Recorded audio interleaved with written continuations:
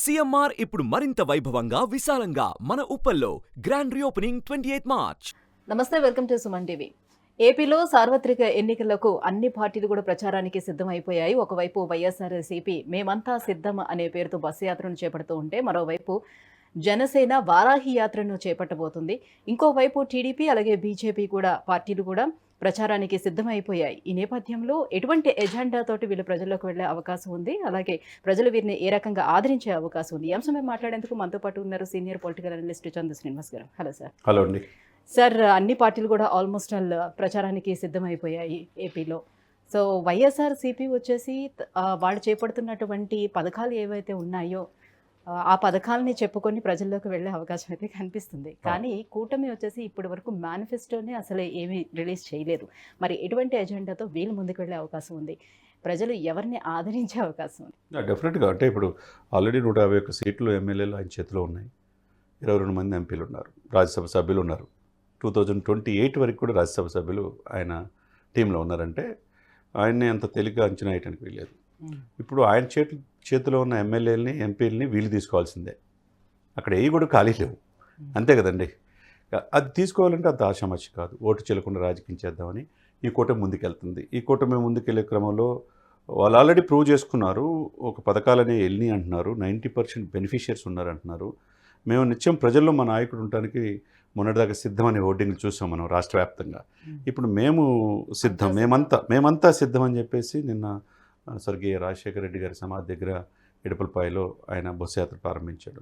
అక్కడి నుంచి పొద్దుటూరు చూసినా, ఆలగడ్డ చూసినా, నంద్యాల చూసినా విశేషమైన ప్రజాదరణ కనపడుతుంది ఆయనకి. ఎందుకంటే రాయలసీమ ముఖ్యంగా ఆయనకు హోల్డ్ ఉంటుంది కదా. ఒకప్పుడు టీడీపీ కూడా దాన్ని మొత్తం కంప్లీట్గా వైసీపీకి తీసుకున్నారు. అక్కడ జనసేన అంతగా లేదు. ఓన్లీ తిరుపతి, రాజంపేట, చిత్తూరు పరిసర ప్రాంతాల్లో జనసేన ప్రభావం ఎక్కువ ఉంటుంది అనమాట. ఇకపోతే రాయలసీమని ఆ సీట్లో వైసీపీ ఎక్కువ ఉన్నాయి కదండి.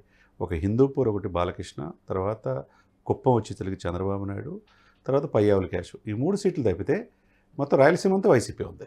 ఇప్పుడు ఈ సిచ్యువేషన్స్లో అతను వ్యూహాత్మకంగా రాయలసీమ నుంచే తన ప్రణాళికని స్టార్ట్ చేశాడు. నిత్యం ప్రజల్లో ఉంటా, బస్సు యాత్ర ద్వారా పథకాలు ఎందుకు వెళ్ళి నేను ఏ విధంగా వెళ్ళబోతున్నాను అనేది నిన్న ఫస్ట్ స్పీచ్లో మనకు అర్థమైంది ఆయన. ఎందుకంటే ఒక్కటి ప్రతిపక్షాలను ఏకమైని నేను ఒక్కడైనా కానీ మీరంతా నా ఏమంట ఉన్నారంటున్నాడు.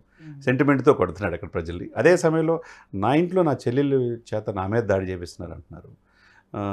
బాబాయిని చంపిన వ్యక్తి బయట తిరుగుతున్నాడు, ఆయన పెట్టుకొని ప్రతిపక్షాలు బెనిఫిట్ పొందాలని చూస్తున్నారు. ఇవన్నీ కూడా సెంటిమెంట్తో ఆయన ఆహభావాలు, ఆలోచనలు ఉన్నాయి. ఇదే సమయంలో ధీటుగా ఎదుర్కోవాలంటే ప్రతిపక్షాలు ఏకం కావాలి. ఒకవైపు 144 సీట్లు పోటీ చేసే టీడీపీ స్ట్రాంగ్గా ప్రజల్లోకి వెళ్ళాలి. రాయలసీమలో ఇంతకుముందు ఓటు బ్యాంకుని ముందుకు తీసుకోవాలి, కోస్తాలో నిలబెట్టుకోవాలి. ముఖ్యంగా ఉభయ గోదావరి జిల్లాలో ఈ ప్రాంతం కోస్తా అంతా పవన్ కళ్యాణ్ మీదుగా క్రియేట్ చేసుకుంటున్నారు. ఆ సింపతి గెయిన్ చేసుకునే క్రమంలో తన ఇంట్లోనే ఊహించిన విధంగా జగన్కి ఓటేయద్దు, జగన్ గారు బీజేపీ ఇదిగా అయిపోయాడు, ఏ రోజు స్పెషల్ స్టేటస్ తీసుకురాలేదు, ఉద్యోగాలు లేవు, మద్యపానం నిషేధించే, ఇద్దరు చెల్లెలు వ్యతిరేకించినప్పటికీ కూడా తల్లి మళ్ళీ వచ్చి కొడుకు వద్దకే అది ఒక ఓరట్టుగా మనం భావించాలి. కరెక్టే తల్లి, ఎందుకంటే అది రక్త సంబంధం కదా, పేగుబంధం కదండి. ఆ ఇదితో ఆమె కొన్ని చేర్చుకొని నేను అంత ప్రార్థనలు స్టార్ట్ చేసి సర్వమత ప్రార్థనల ద్వారా ప్రజల్లోకి వెళ్ళటానికి ఆయన సీటుని అంత తేలిగ్గా వదులుకోవడానికి ఆయనేమో సిద్ధపడ్డు. అదే సమయంలో ఆయన ఎట్టి పరిస్థితులు ఓడించాలని ప్రతిపక్షాలు ఒక ఆలోచనతో ముందుకెళ్తాయి. మీరన్నట్టు మేనిఫెస్టోలో ఆయన అంత ముందు ప్రకటించినన్ని ఆల్మోస్ట్ 90% ప్రజలకు చేరువయ్యాను అని చెప్తున్నాడు. ప్రతి ఒక్కళ్ళు కూడా బెనిఫిషియర్స్ ఉన్నారు. అమ్మఒడి కావచ్చు, చేయూత కావచ్చు, ఏదో ఒక రకంగా ప్రతి ఇంటికి 2-3 లక్షలు బెనిఫిట్ అవుతుంది, వాళ్ళకి జీవనోపాధి కలుగుతుంది, తనకు సాలిడ్ ఓటు బ్యాంక్ ఉందనేది ఆయన భావనలో ఉన్నాడు. ఆ ఓటు బ్యాంకుని తగ్గించగలిగితే ఈ కూటమి విజయం సాధిస్తుంది.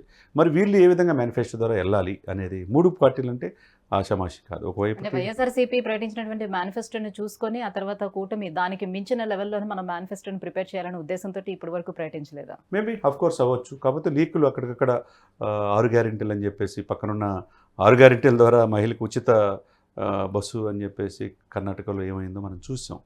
అదేవిధంగా అదే ఇది చేసుకొని ఇక్కడ తెలంగాణలో చూసాం, లేడీస్ అంతటికి ఉచితంగా బస్సు ప్రయాణం. తర్వాత వాళ్ళకి హెల్త్ పాయింట్ ఆఫ్ వ్యూ కావచ్చు, ఏదైతే కావచ్చు, నీడీ పీపుల్కి ఇస్తున్నారు. ఇక్కడ దాన్ని బేస్ చేసుకొని వీళ్ళు కొన్ని లీకులు ఇస్తున్నారు. ఇట్లా మేము ఇస్తాం, బీసీ డిక్లరేషన్ కూడా ప్రకటించారు. కాకపోతే మేనిఫెస్టోలో ఏంటి అనేది ఇంకా ప్రకటించలా. ఒకవైపు బీసీ డిక్లరేషన్ ప్రకటించిన సమయంలో వాళ్ళకి బీసీ బెనిఫిట్ 50 సంవత్సరాలు దాటిన వాళ్ళకి 4,000 రూపాయలు పింఛన్ ఇస్తూ ఉన్నారు. 1,50,000 కోట్లతో వాళ్ళకి ఒక కార్పొరేషన్ ఏర్పాటు చేస్తూ ఉన్నారు. గత ప్రభుత్వం బీసీలు ఓటు బ్యాంక్ ఉపయోగించుకునే తప్పితే మేము సిస్టమేటిక్గా వెళ్తామని చెప్పేసి పవన్ కళ్యాణ్ గారు చంద్రబాబు చెప్పారు. మరి ఆ విధంగా బీసీ ఓట్లు 52% ఉంటే వాళ్ళ ఓట్లు కూడా చాలా కీలకం. అదే సమయంలో బీసీలు వేస్తారు. ఇదే సమయంలో కాపులు కూడా మాకు డిక్లరేషన్ ఇండి 25% మేము ఉన్నాం కదా, మా ఓటు బ్యాంక్ కూడా ముఖ్యమని వాళ్ళు ప్రశ్నిస్తున్నారు. ఇది ఒక రకంగా కత్తి మీద సాములాగా ఉంటుంది. ఒకవైపు చంద్రబాబు నాయుడు గారు కాపులను అంతకుముందు బీసీలు చేరుస్తారని చెప్పాడు, అసెంబ్లీలో ఆమోదం తెలియజేశాడు. తర్వాత ఢిల్లీకి పంపిస్తే మీ పరిధిలో ఉందన్నాడు. ఈలో ప్రభుత్వం మారింది.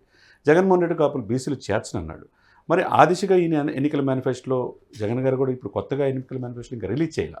దాంట్లో ఎక్కువ సీట్లు ఎక్కడ కావాలంటే సామాజిక వర్గ సమీకరణలో భాగంగా ఎక్కువగా బీసీలు తూర్పు కాపుల్ని అక్కడ ఉత్తరాంధ్రలో సపోర్ట్ చేస్తున్నారు. రాయలసీమలో అట్లా బేరీజ్ వేసుకొని ఇచ్చేస్తున్నారు. అదేవిధంగా చంద్రబాబు నాయుడు గారు కూడా ఆయన సమాజం దాదాపు 38 సీట్లు కమ్మ సమాజం ఆయన ఇచ్చుకున్నాడు. అట్లా కాపులకి అన్యాయం జరిగిందనే భావనలో వాళ్ళు ఉన్నారు. ఎందుకంటే వాళ్ళ నాయకుడిని సీఎం చూద్దామని వాళ్ళ ఆలోచనలో ఉన్నారు. ఈ ఓటు ట్రాన్స్ఫర్మేషన్ అనేది ఈ 3 పార్టీలు కలెక్టివ్గా వెళ్ళినప్పుడే అవతల వ్యక్తిని అతనుకున్న ఓటు బ్యాంకు 51%ని తగ్గిస్తే అప్పుడు ఈ కూటమి అధికారంలో వచ్చే అవకాశం ఉంది. కాబట్టి వీళ్ళు కలెక్టివ్గా వెళ్ళాలి. అతనికి మించి ప్రజా క్షేత్రంలో ప్రజలు మనలు పొందేట్టుగా మరింత సరళీకరణంగా ఇలా పథకాలు ఉండాలి. అప్పుడే జనం నమ్ముతారనమాట.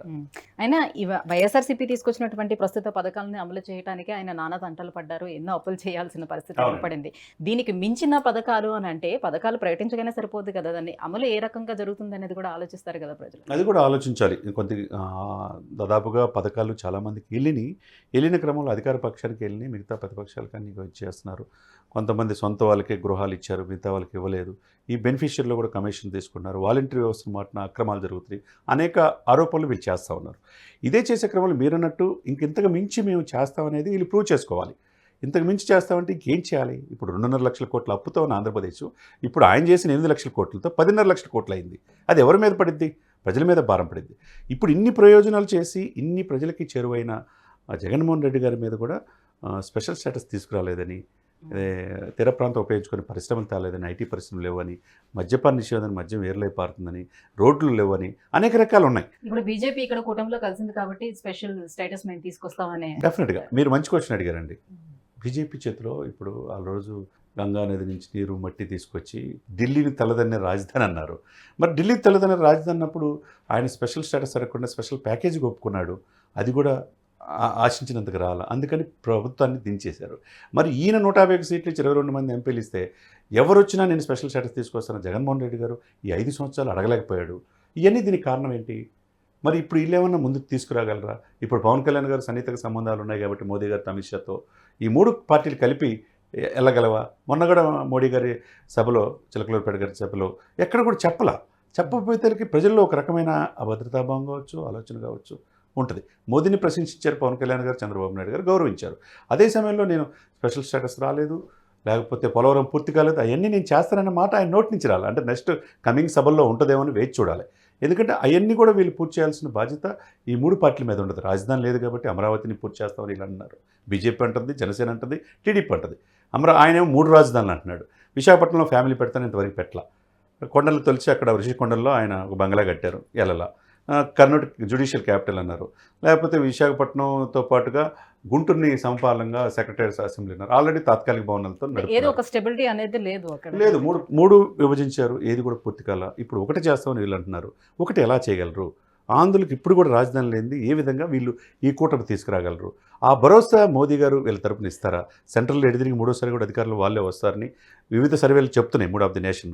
అదే సమయంలో ఆంధ్రప్రదేశ్ రావాల్సిన బెనిఫిట్ మిగులు బడ్జెట్ ఇక్కడ 60,000 కోట్లు ఉంటే అక్కడ లోటు బడ్జెట్ ఉండి ఇప్పుడు కూడా అప్పులమయమైన ఆంధ్రప్రదేశ్లో ఉద్యోగాలు లేక గ్రాడ్యుయేట్ చేసిన వాళ్ళు తీర ప్రాంతాలకు వలస వెళ్ళిపోతున్నారు. వలసల ప్రదేశ్ అయిపోయింది. ఇది ఎవరు కల్పించాలనేది ఈ కూటమి మీద ఎక్కువగా బలంగా ఉన్నది. పథకాల ద్వారా ఆయన దగ్గర అయినప్పుడు దాంట్లో అదే సమయంలో వ్యతిరేకత ఉన్నది.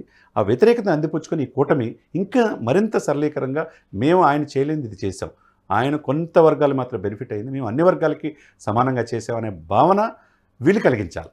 వీళ్ళు ఈ కూటమి కలిగించినప్పుడే వీళ్ళు నమ్ముతారు. అంతే కదండి. ఆ విధంగా ఇప్పుడు ఆంధ్రప్రదేశ్ పరిస్థితి ఉంది. మరి ఇప్పుడు ప్రజల్లో ఆయన వెళ్తున్నాడు, పొద్దుటూరు కాడి నుంచి కాళ్ళగడ్డ కాడి నుంచి ప్రజల్లో విశేష ప్రజాదరణ లభిస్తుంది. అదే సమయంలో రేపు పవన్ కళ్యాణ్ గారు 30, 31 తారీఖు తన సొంత నియోజకవర్గంలో మొదట అడుగు పెట్టబోతున్నాడు. ప్రజాదరణ అక్కడ ఓడటానికి భారీగా అధికార పక్షం తన వ్యూహాలకి పదులు పెట్టింది. అదే సమయంలో ఆయన ఎట్టి పరిస్థితుల్లో పద్దాలు ఓడిపోవడానికి ఆయనకే సిద్ధంగా లేడు. 21 మంది ఎమ్మెల్యేలు గెలిపించుకోవాలి, నేను అసెంబ్లీలో నా ఇదేంది నేను చూడాలని చెప్పి ఆయన ఉన్నాడు. మరి ఆ క్షేత్రస్థాయిలో అదే రకాలంగా అసమ్మతులు ఉన్నాయి, అది కూడా సెట్ చేసుకోవాల్సిన పరిస్థితి ఉన్నాయి. ఇవన్నీ కూడా చేసుకున్నప్పుడు మంచిగా ఉంటుంది. Right, thank you so much అండి. ఈ అంశంపై మీ విశ్లేషణ అందించినందుకు థ్యాంక్ యూ సో మచ్.